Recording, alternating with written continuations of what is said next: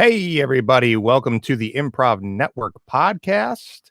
This is a series of longer conversations about improv aimed at making stronger connections throughout the improv community. I'm James Quesada. And I'm Bob Wick. And today we are joined by our good friend, Shannon Stott. Thank you. Hello, friends. It's me. Shannon. Brave in the blizzard. Yeah. Oh, yeah. Yeah. We're all the way from Austin, Texas, where we've all gone nuts. There's nothing in the grocery stores, and you can't tell by looking outside why. Yeah. I mean, so wait. What's the weather right now? Like, just temperature? Like, it's legit, like, coming up on 65, almost 70 degrees. Wow. It's like, yeah, it's so silly. It's you want some sort of proof for your madness. Like, no, I'm telling you. Somebody said it was like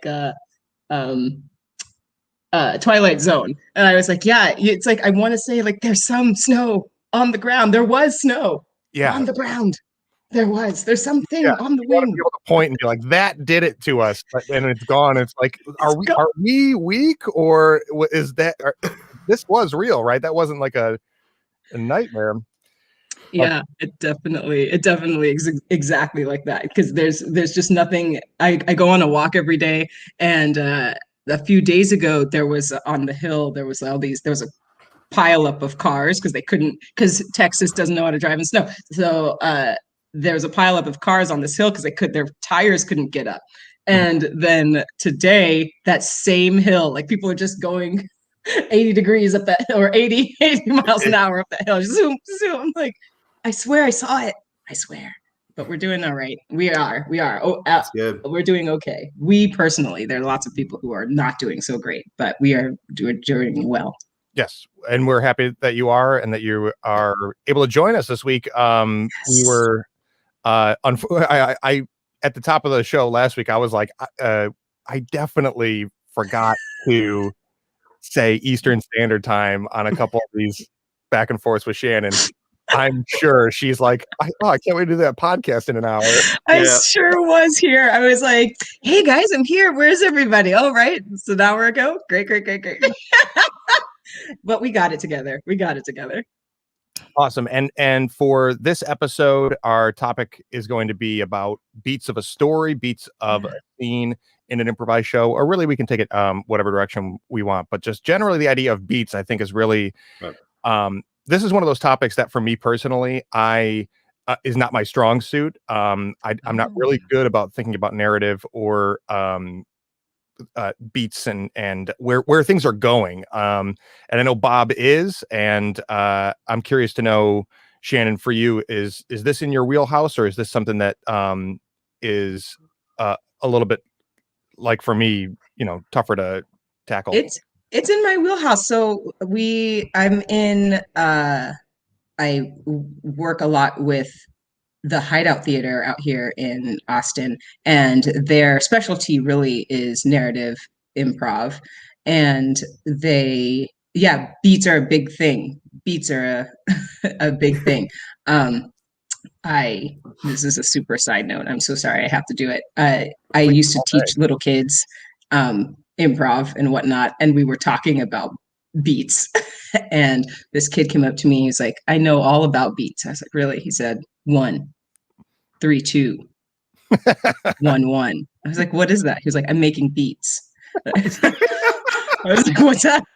What's happening? He's like 11. I was like, I don't even understand what the number is.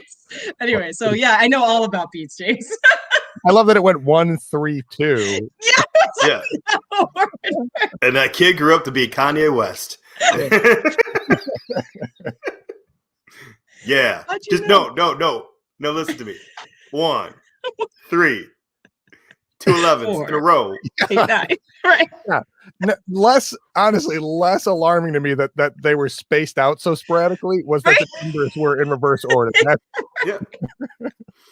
It was like all wrong. But anyway, yes. So that's my side note. Yes. We work with beats in a show. And And I'm actually interested, James. You said, I'm not familiar with beats. So before we even get into that, or you said you're sort of not familiar with it. What does that mean for you? Where are you? Well, where are you in that process? Yeah, it's not that I'm not familiar so much as like it's just not a tool that I've been able to really harness, and especially when it comes to narrative. um I had done some narrative stuff in the past, and but the longest stretch of doing narrative that I had was a year with a house team um at the People's Improv Theater, which sadly just closed its main stage. um but for a year we were doing narrative, and I was on a team. It was the first time that we were really like crafting a structured story, um that where we wanted particular things to happen in a genre. And previously it had just been like, it's narrative, but it's free form, like wherever it goes. Mm. And so working with this team, I was working with some people who are really, really good at meeting the structure that we set out to do, and doing it in a way that felt organic. And I just was like, how are you, at what point are you thinking about like, oh, this person is definitely actually the villain? Or like, oh, they said that, I'll definitely see that in as a reveal in the, in the second half. Mm. So it's really that kind of stuff that um I struggle with the most. When it comes to like beats of a scene, I feel like I'm okay with it, but I'm more like, I'm good with it with like heightening, and not necessarily with like I don't know what I would call like story Like arc. Yeah. Yeah. Interesting. Yeah. And I'd like to go way high and then make our way down into maybe some specifics. But I'm wondering, Bob, what you think about like beats of a show. So when we talk about story beats, like when we're talking about narrative beats and in story, as improvisers that we all are, we're I feel like wrapped up in that is beats of a show, right? What do we want the audience to go through? What do we want them to experience? And I'm wondering your thoughts on that. Are we talking like one act, or are we? I'm talking about anything. I'm talking like Yeah. short form, long form, one act, like, but obviously specifically improv. But as far as like, do you ever consider the beats from like the time a person enters a theater, or even if we're talking virtual, Right. the time the person like enters a live stream to the time that they leave, what are the beats? What are the things that they're supposed to be experiencing? Do you put effort into that? Oh yeah, because you know what really got me? Nancy Hayden, we were writing a show, and right in the middle of it, she was directing it. Stopped us and said, "Hey, this is all really funny, but where's your awe moment? Like, when's the audience like? Yeah, we got a lot of laughs per second, but where's that thing that really draws them in?" And that just became like a mantra to me when I'm right. I want to make sure that we're taking them for a total emotional roller coaster rather than just, hey, we can be funny. Want to see how funny we are? We're funny, Yeah. ha ha ha, and just pound them over the head with jokes or laughs. Which some people may be expecting that coming into a place that says comedy on the wall, but Right. if you don't give them that pause, if you don't give them, if you don't make them feel like an attachment to the characters, there's not that great of a payoff at the end, Yeah. So I think you need pauses. I think you need time to breathe. I think it should almost like a show should almost come in waves.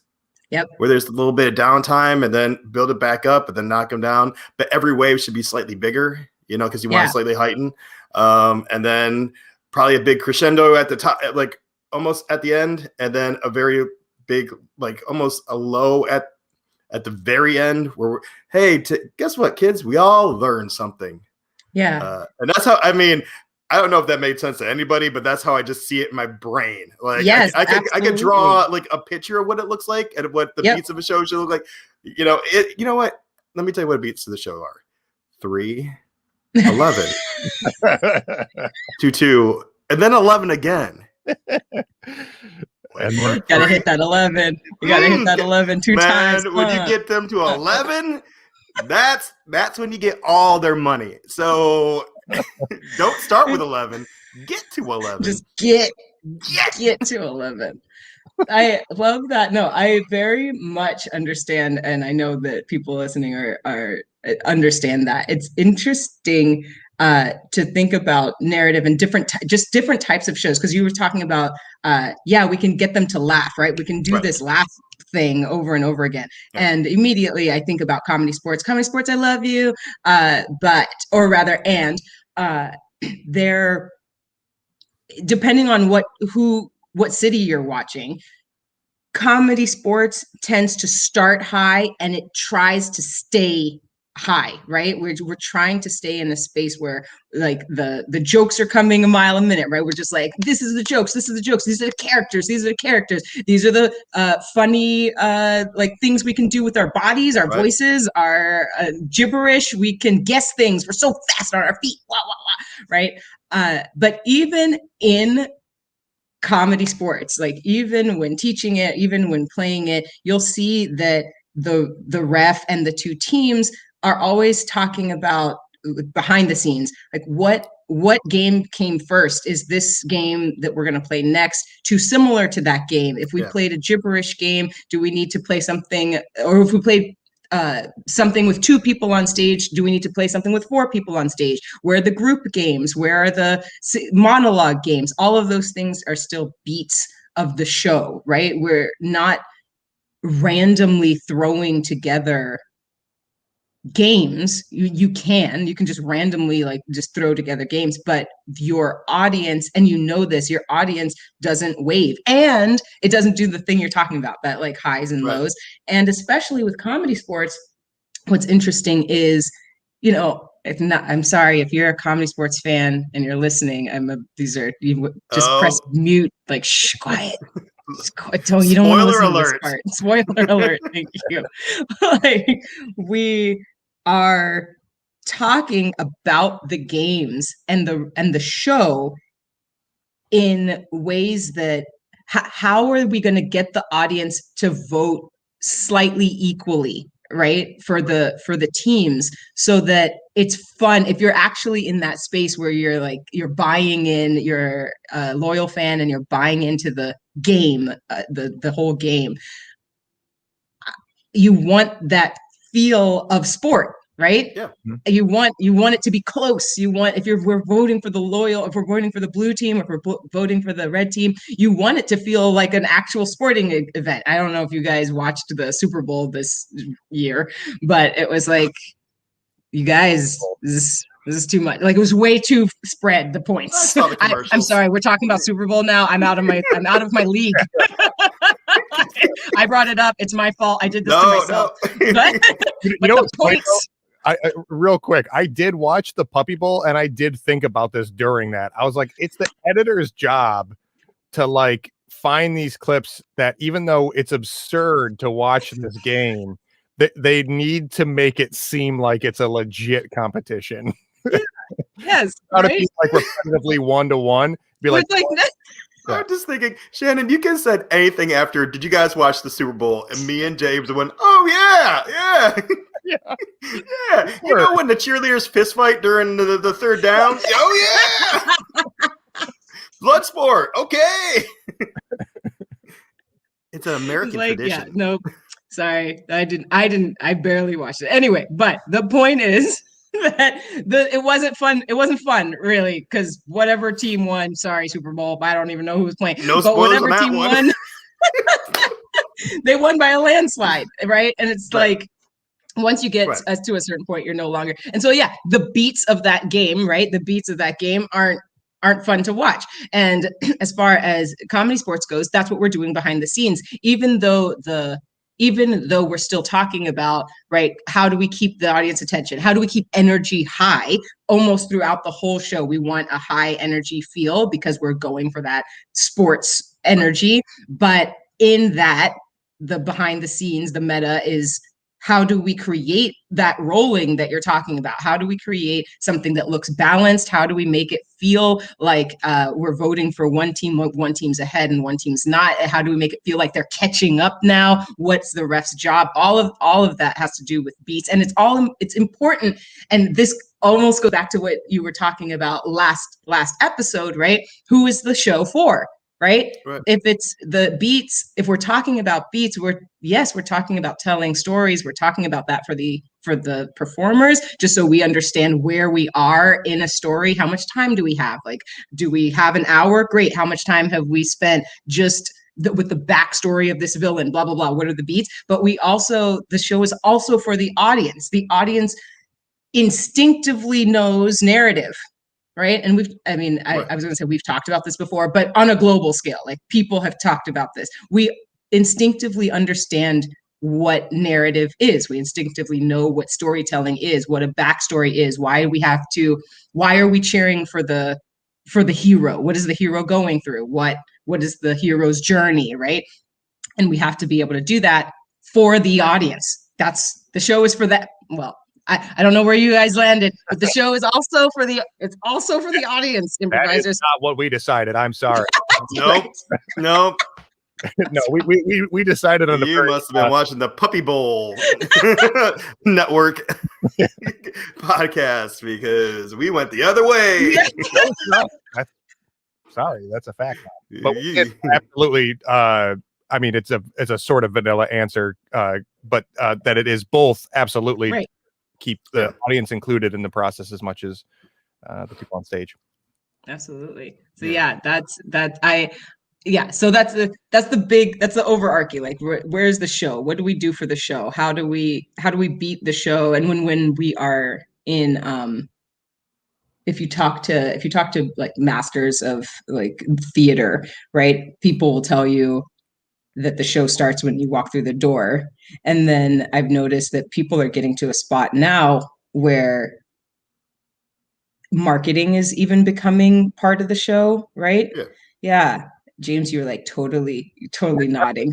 True is like the branding and there's like a story arc to getting the first exposure, and there's all these marketing tools of like the who we are. Like there's like exposition to your brand, and then it's like once you have people sort of aware of who you are, then how do you get them to engage or like take action? And that's absolutely a narrative tool, and that all leads up to actually for a show getting someplace and then experiencing the show. So you get basically the feel of a show that baits you into what is a more expanded version of that.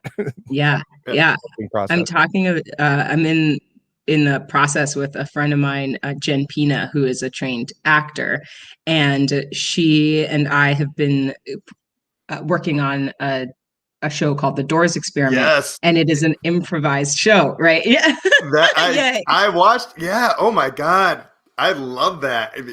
What you guys are doing is so incredible. Yeah. Thank you. I did a deep dive on my guest. I'm a professional. Thanks, Bob. Don't watch the Super Bowl. I'll watch the Doors Experiment. That's what it was funny because that's what we were doing. Like we, instead of being at the Super Bowl, we literally had our show, and we were like, did we schedule a show on the same night as the Super Bowl? That was, your audience. See? Yeah, exactly. But we've been in conversation about the audience of an improv audience versus a theater audience, right? So we're doing an improvised show, but she is like, man, all of this, like getting suggestions and like having them be part of the show. She's on the like itchy side of it.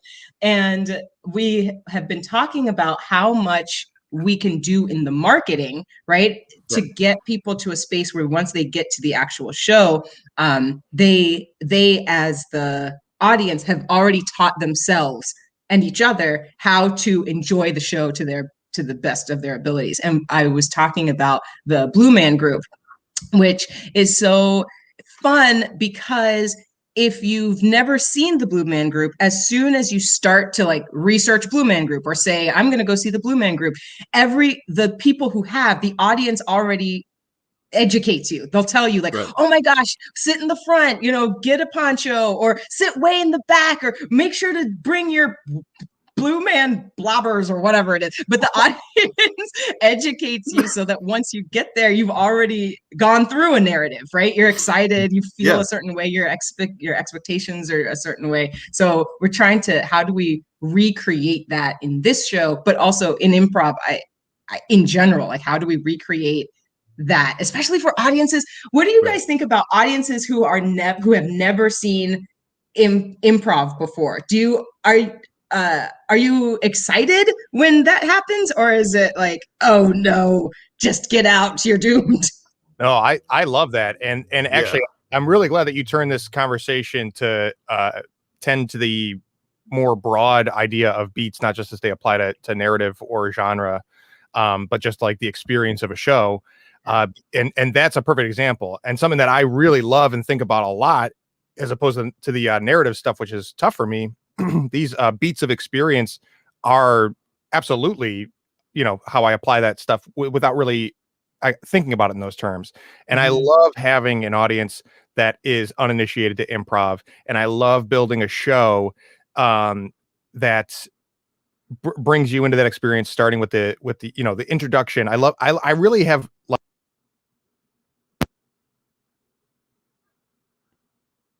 Oh no.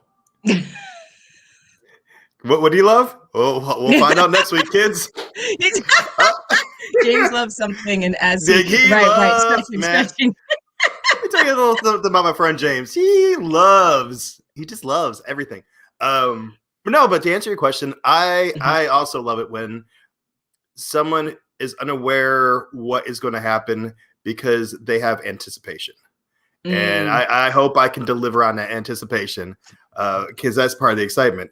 And you have those people who come to the theater all the time, and I love them too because they keep the lights on, and it's just, I don't know, I know, I just love having an audience that is in awe, because like if they're just slightly aware of what improv is, it's that they give you a little more leeway of, oh, he's making this all up, or they're making this all up on the spot.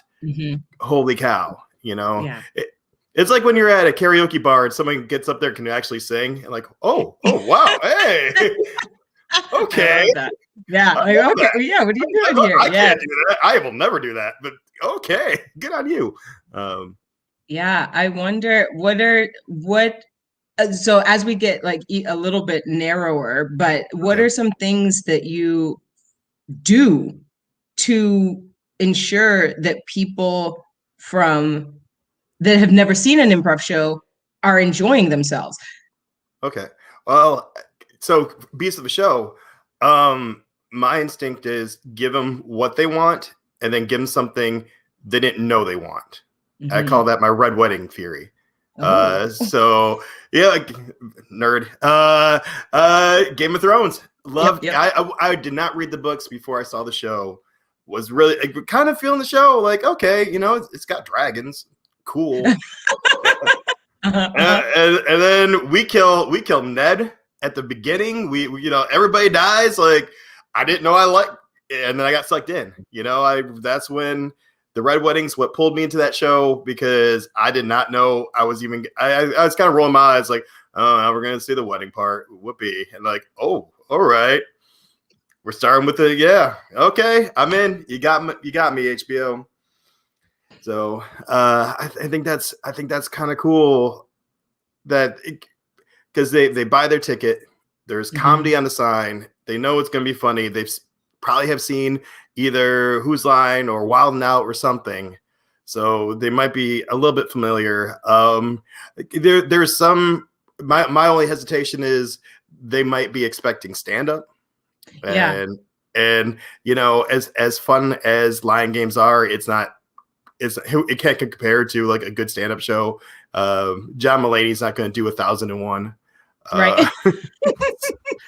But he should. He should. I think he might be okay at it. I don't know.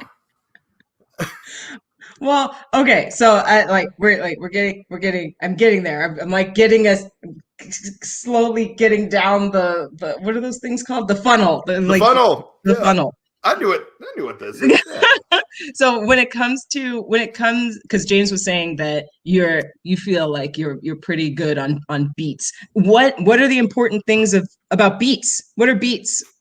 Why Wow, beats? it's like I never left. It's Oh, like okay. you never left at all. No, you left us yeah, with sorry love? about that. But so for me, what I love about Beats designing like the experience for an uninitiated audience is just thinking about like the puzzle of like what does someone really need to know? Like and I'll do like a structured long form, and then I'll be like, what? Okay, I'll outline like what if I don't know anything about this, what is helpful for me to know that what's about to happen. One, that it's improvised, and what that means is that we're going to be making everything up as we go. There's no script. Depending on the show, you know, it's going to be based on your suggestion, and here's how. And then, you know, we're going to start here. We're hopefully going to end up here. And by the end of it, if we're lucky, this will have happened. But along the way, because it's improvised, all of this could change. So strap in, because we are all, you know, in the same boat as far as our control over what happens. You know, I'm wondering in that. Okay, so scenario, what do you do? How do I ask this question? Have you ever been in either a narrative or even just short form, but a long show where you at the very end you get the person who doesn't believe that it was improvised, Oh, right? that's the best compliment ever. Yes. Yeah. And so here's my question. My actual question is there something that you do? Are there things that you do in shows that you do purposefully almost to prove that this is an improvised show, or is that a no for you all? No, I honestly, so going back to your previous question, like the person walks in, if they, because my favorite definition of long form is you're doing a scene that's never been or scene or play that's never been written. So if I can make it look like it's blocked, that these lines are rehearsed, that this character is something I actually worked on instead of made up on the second, if I can connect with an audience in a way that makes them both laugh and feel something, then I did my job. My job is to entertain, not to make them laugh. So if I pulled all those, that's the improvised. Like the product is laughter or entertainment, but the process is what they actually came here to see. So if I can do all that, great. Maybe I might do something inadvertently to make them know, like, but that never on purpose. Yeah, I'm kind of the other way. I would much rather, if I'm being honest with myself, I would much rather have the takeaway from the show be that it was clearly improvised. And not necessarily in a way that was like, well, that had so many flaws to it, there's no way that they prepared anything. But like doing anything from like making sure that if you take a suggestion, you use it early and clearly, and making sure that you reincorporate things from the beginning into the middle and end, so that people are like, well, you know, even if this is the mindset I have found with a lot of audience who are suspicious of or skeptical of whether it's improvised, is that like, well, maybe the first scene is improvised, but then you get into the written stuff seamlessly as you go. And so if you can take their suggestion, use it early and clearly, and then keep reusing it in mixing it with the other stuff that isn't as clear along the way, then it's more likely that they're like, well, there's a thread the whole way through. You know, I can't see where they would have broken from the, you know, the point where they started that was clearly improvised. Yeah. It's interesting. Yeah, I had a strong feeling that both of you would come at that very differently. Yeah. Well, to me, it's, you know what? If they walk away, either they think I'm a brilliant actor or an okay improviser. I'm cool with both of those. Like as long as they're entertained. Yeah, and I think that honestly, it's obviously not better or worse one way or the other. It's a beautiful, like you said, one of the best compliments to get is the audience believing that like it was written or having it feel that way. But just for me, in terms of like why I specifically choose improv, for me personally, like the artistic satisfaction of doing an improv show, if that's my goal, then I would rather write a show. Like there's a weird disconnect to me where if the audience is like, this is written and I'm enjoying it, and I'm like, this is improvised and that's why I'm enjoying it. So I'd rather just have the same experience. It's kind of like that meta or clown aspect of like the audience getting the same thing out of it for the same reasons as the performers, or at least some essential thing that's connected in that way. Yeah. What about for you, Shannon? Would you said you would? Yeah, that's right. There's no way. Yeah. Well, yeah, I obviously the compliment, like that didn't seem like it was like that seemed like it was scripted. I can't split this tie because it's always like a backhanded compliment. It feels right. It always, Really? yeah. I love it. Feels because it's like, oh, good, we did it. But here's I'm gonna see if I can get this. The reason that I love improv is because you are doing something in the moment with your partner, right? If you're doing it right, you're creating something that people are watching, and you're creating an emotion, you're creating a scenario, you're creating feelings in that person that are having them genuinely react to you in a way that is surprising for both you, your partner, and the audience. So you are surprised, right? If I'm getting the comment, that wasn't scripted, or that was scripted, like that wasn't improvised. There is something I feel that I have done that has caused the audience member not to break their barrier.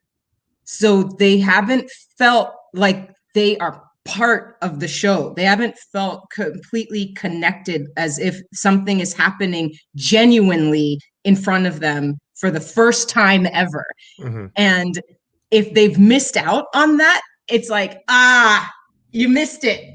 You missed. I didn't do my job. I don't feel like I did my job fully for them to experience what I'm experiencing. Like I'm experiencing something for the first time. You should also be experiencing something for the first time. Now, some of that is just like some audience members have it's going to be harder for them to connect because they're like already in disbelief. This is impossible.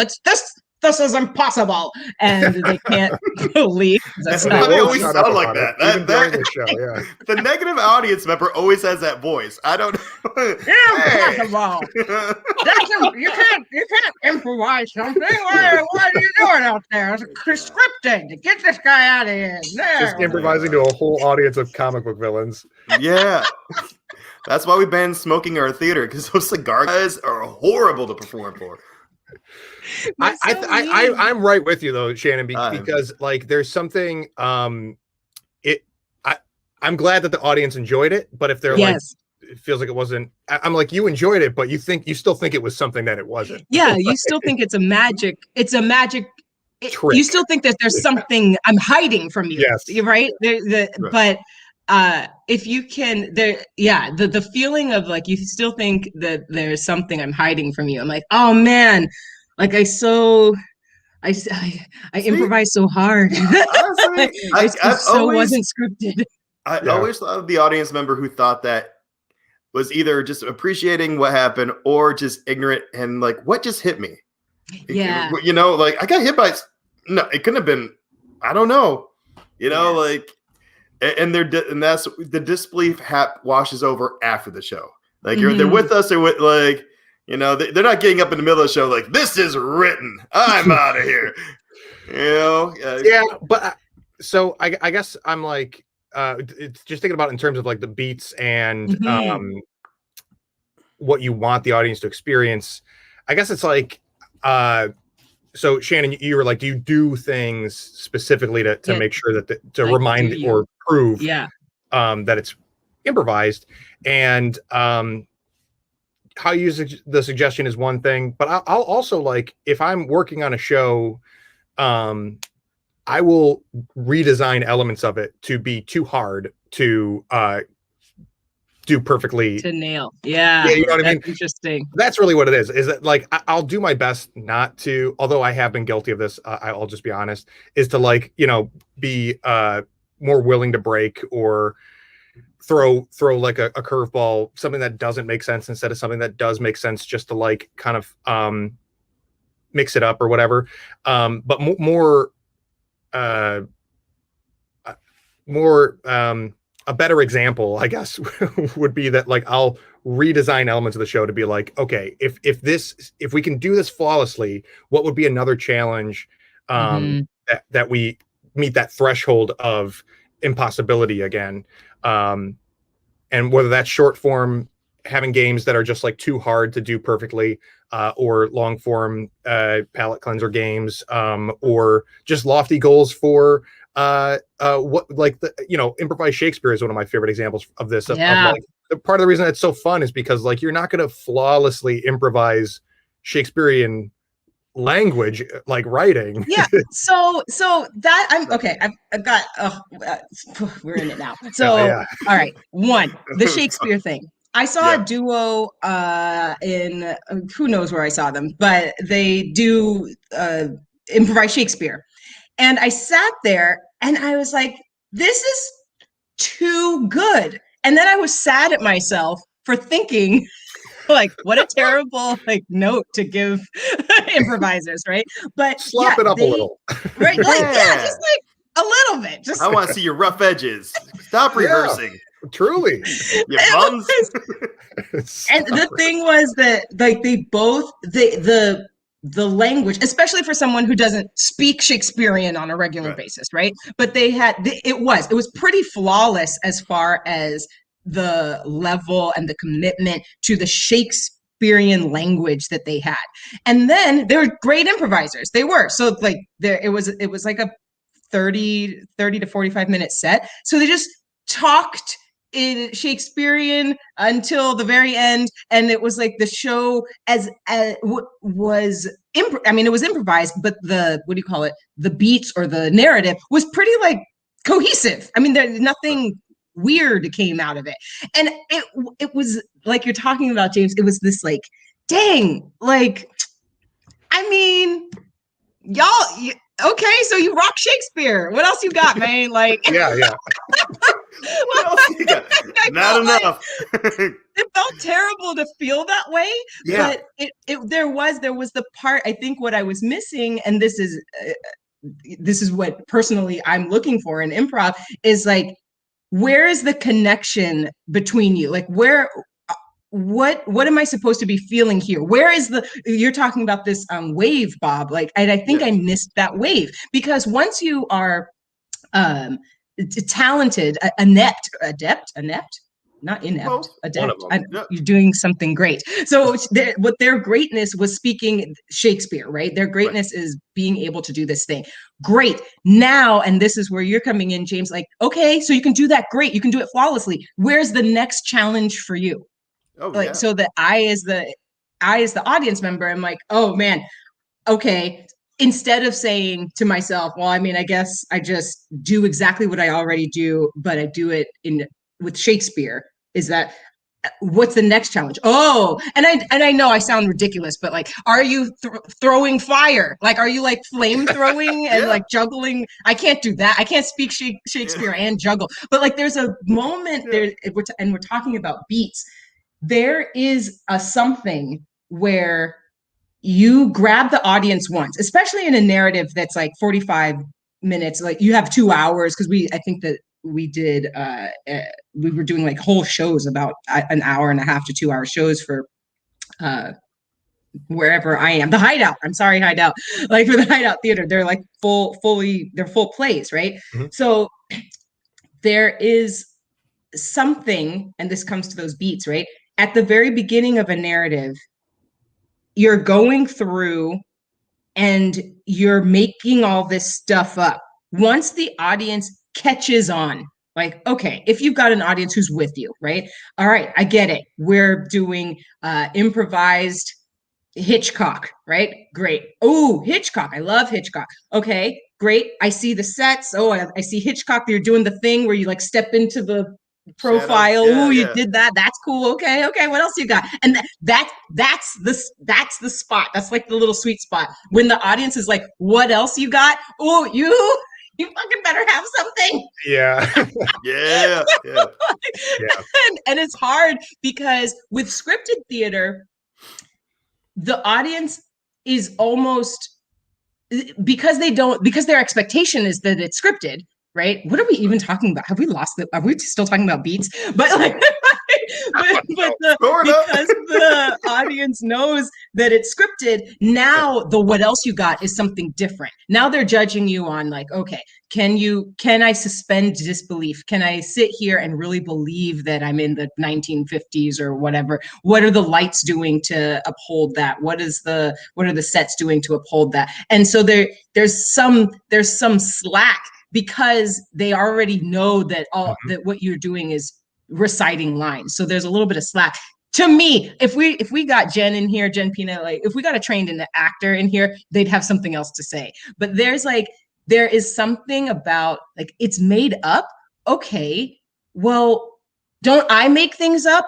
How are you making things up different than I can make things up? Oh, you're doing it in Shakespeare. Okay, sure. I can learn Shakespeare. Now, how are you making things up that I can't make things up? And maybe that's like I said, like I'm an improviser, so I was coming at that a little harsh. I was a little like, I can do that. I can speak Shakespearean. I can say they and thou. Shit, what you got? What happens when you meet these two guys or these two performers, and that's how they just actually talk? The great improviser rivalry. Yeah. Yeah. This is their normal speaking tones. That's funny. See. I'm going to do a couple things. One is just to kind of mention that what you're talking about when you see a show and they're doing what they're promising to do too well. That to me is just like what you described in the Super Bowl, Shannon. Is that like the game's over? Like, right. There's no thing for me to pay attention to or root for the comeback. It's like it's too dominated.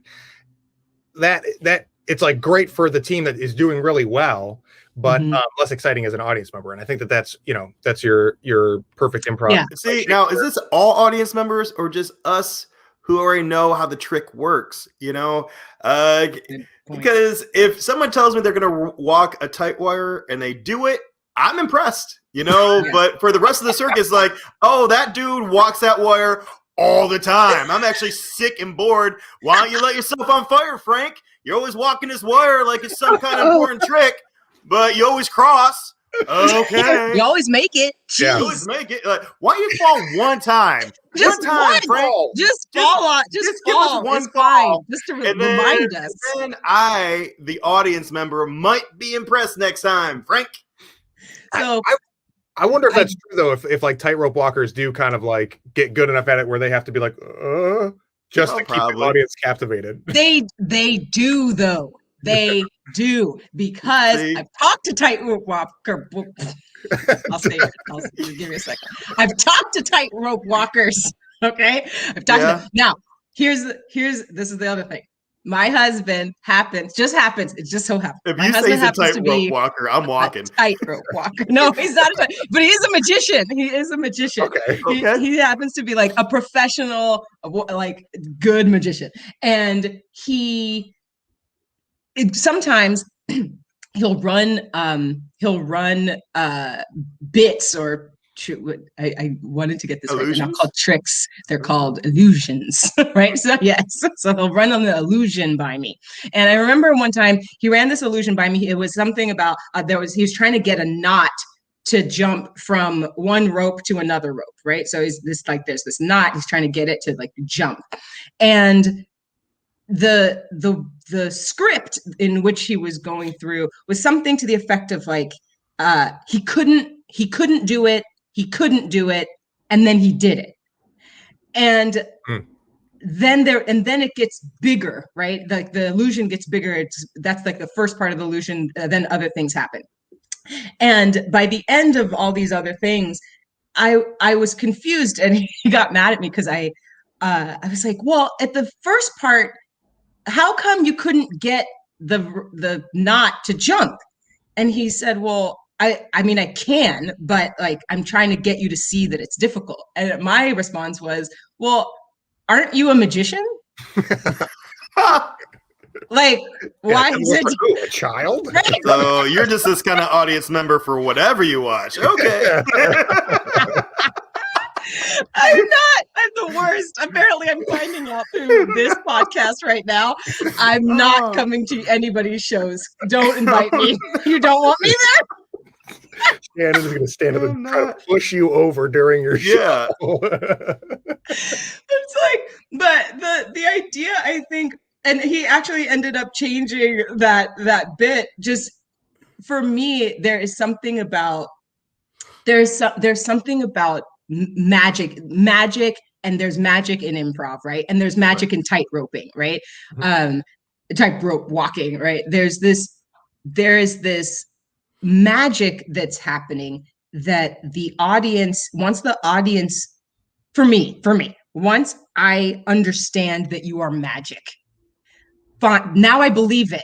I bought in, right? I've bought in that you are a magician and you can make things fly. I've bought in that you are a tightrope walker, and it doesn't matter how thin that piece of floss is, you're going to walk on it. Like, great, I believe it. So now what? If I believe that, if this, and we talk about this in improv all the time, right? If this is true, what else is true? And I'm interested in that. What else? That's what's getting me. And to try and pull that thread back into beats. Yeah. We're gonna try. Here's the magic trick. Yeah. If this is true, once you walk in to a show, or whether we're talking the overarching show, or we're talking like the specific narrative or the specific scene or whatever, the audience is, if they are buying in, then they're always asking, if that's true, what else is true? And this is where your beats come in, right? If Margaret is a farmer and all she wants is to move to the big city, what else is true? Right. Where are we going next? And this is how you keep your audience. You have to show them like that you're on the same page. Like, I understand that we've introduced to you Margaret. She lives at the farm. All she wants is the big city. Now I want to know why. What else is true? What family does she come from? What is the big city calling to her? Why is the big city calling to her? What is it in her that she wants to go to the big city? Is she a singer? Is she all she wants is family? Whatever. I don't know what it is that she wants, but those beats, because we haven't yet really discussed what is a beat, right? To me, it's like no one knows. People were like, I tuned into this podcast about beats and I got nothing except get to the 11. Like, so, but what is the beat? But a beat is the fulfillment of the what else is true, right? We're trying to fulfill. If we lay something down, what else is true? This is true. If that is true now, what else is true? And then of course, stringing those together in ways that are not necessarily interesting, but internally fulfilling, right? And that's why we could go into all things like music. What is the rhythm of this music? This is internally. I need a break. We've been doing marimba. Now I need some salsa, and now I need a waltz, and now I need like break dancing. Like I need that, but we're all like in the same beat and rhythm. How'd I do? Oh, that was fantastic. Truly. I like how you brought up, like, before we can go onto the faster beat, we have to establish a norm. So we have to establish that she is at the farm. What else is, what's her environment? What is, and then, what her whys, her wants, and we can explore that before we get on to, probably the meat of the rest of the show, which is her taking the journey to get to her wants. Yes. And that, like, it's so beautiful because, now that we've got this tightrope analogy, it's the thing that I realized. I saw Cirque du Soleil like years ago, right? And I was watching as there was a person on a tightrope, and they were doing all sorts of things. And what you're talking about, we have to establish that there's a farm. We have to establish that she works on it. We have to establish this thing. And they went through all these things to establish, look how high, right? We're climbing. How long does it take? We have like, what do you call it? Not counters, timers. And we can see, it takes a minute for him to climb. It must be so high. Now let's see how thin the rope is. So he's like jumping on the rope. He's putting his feet together or in line so that we're seeing, oh man, you have to be super balanced. Oh, now so we're establishing all of these things so that the audience understands now that this person is standing in the middle of the tightrope and doing backflips. That's hard. That's Oh my gosh. Remember when he climbed he's so high. He's so we can't just, and if we sort of water that down into like jokes, for instance, right? Yeah. We can't just hit stage and 185 blah blah blah is walking to a bar and the bartender says, okay, we can't just, lights can't come up on that guy, right? On this guy, lights can't come up on this nice. I kind of want that, but I love that guy. We can't do that. We have to do all the things you're saying to get to the space where the person in the audience understand that that's hard. That's hard. Welcome. This is an improvised show. What you're about to see is improvised. Everything's made up on the spot. What is your suggestion? What's your favorite color? Blue. What's your favorite subject? Math. So we have to go through those things in order to get to the point where 185 looks hard. Or we have to get to the point where when Bob breaks into a song in the middle of his set and it's accompanied by whoever is accompanying, and he references Margaret from the farm, like, whoa, we've been here for like 30 minutes. How did you even remember we talked about a farm? I can't believe it. Like, we need all of that stuff. Beats. Yeah, absolutely. And beats. And beats. I'm glad that we defined beats before we were done. Yeah. It only took us 48 minutes. We got there. Ladies and gentlemen, folks, performers, we got there. Yeah, unfortunately, we do have to wrap it up. But I think sincerely there's a room for a Beats Part 2, because even and I would love to even explore this concept of, like, in this conversation, the beats of our conversation in this hour. Like, I have found it, as a conversationalist, I'm much more apt to think about where we are in the conversation, what we've talked about, what would be a good direction to take it next, how we're gonna, like, are we on track? Like, I think we've all three of us have been like, we're not really talking about beats, but I think I'm okay with it. I find it easier to be conscious of that stuff and sort of organically steer or decide not to steer those types of beats in a conversation. I don't find it easy at all to take that stuff and apply it to narrative, especially, or even really sometimes inside of one single scene. So I'd still really love to talk about applying those things, if for no one else's benefit than my own, because I'm still trying to figure it out. I say Beats Part 2 is next week. I'm down for it. Because that's what I'm here for. Like, that shit, like that, excuse me, that idea of being able to apply what we do in life to improv and vice versa. That's what Shannon Stott was put on the planet for. So I'm here for you, James. Let's talk about that. Yeah, please. Part 2. We'll get James through this, man. We might have to get like 11 beat episodes. I'm in. If we can fix James, that'd be great. No. Well, Shannon, before we let you go, anything going on in the world that you would like to plug for Always virtual shows just look me up on if you're on Instagram, if you're on YouTube, Shannon Stott Improv, look me up there. If you're wanting to take a class from me, just email me. But shannonstott.com is going to be your best bet as far as where I am, what I'm doing, and getting in touch. So I love this, and I love to talk improv anytime, anywhere. So if you Facebook message me, if you're out there just like, man, what about, just hit me up because I'll respond. Nice. Awesome. Yeah. Awesome. I think we're we're peas in a pod. Yes. For that. Thanks so much for tuning in, Sashalyn. Hi, Sashalyn. It's a good friend of mine out here in New York. Thank you for tuning in, Kurt. This is as he'll remind us often, his favorite show. Thanks, But Kurt. we're pretty sure he says that about every show. Yep. And to anyone else who tuned in, you can catch us live streaming every Sunday at 1 p.m. Eastern.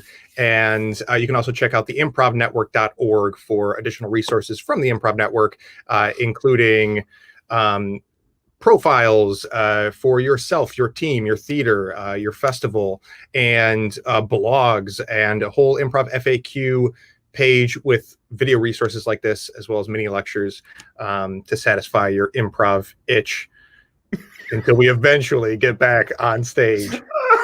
Thanks again. That for was joining. great. Yeah, thanks. Love it. Thank Janet, you thanks both. again. Thanks, Bob. Thanks, Oh, James. I love thank being you. here. Thank you. Good seeing you. Thank you so much. All right, we'll catch you next time. Bye.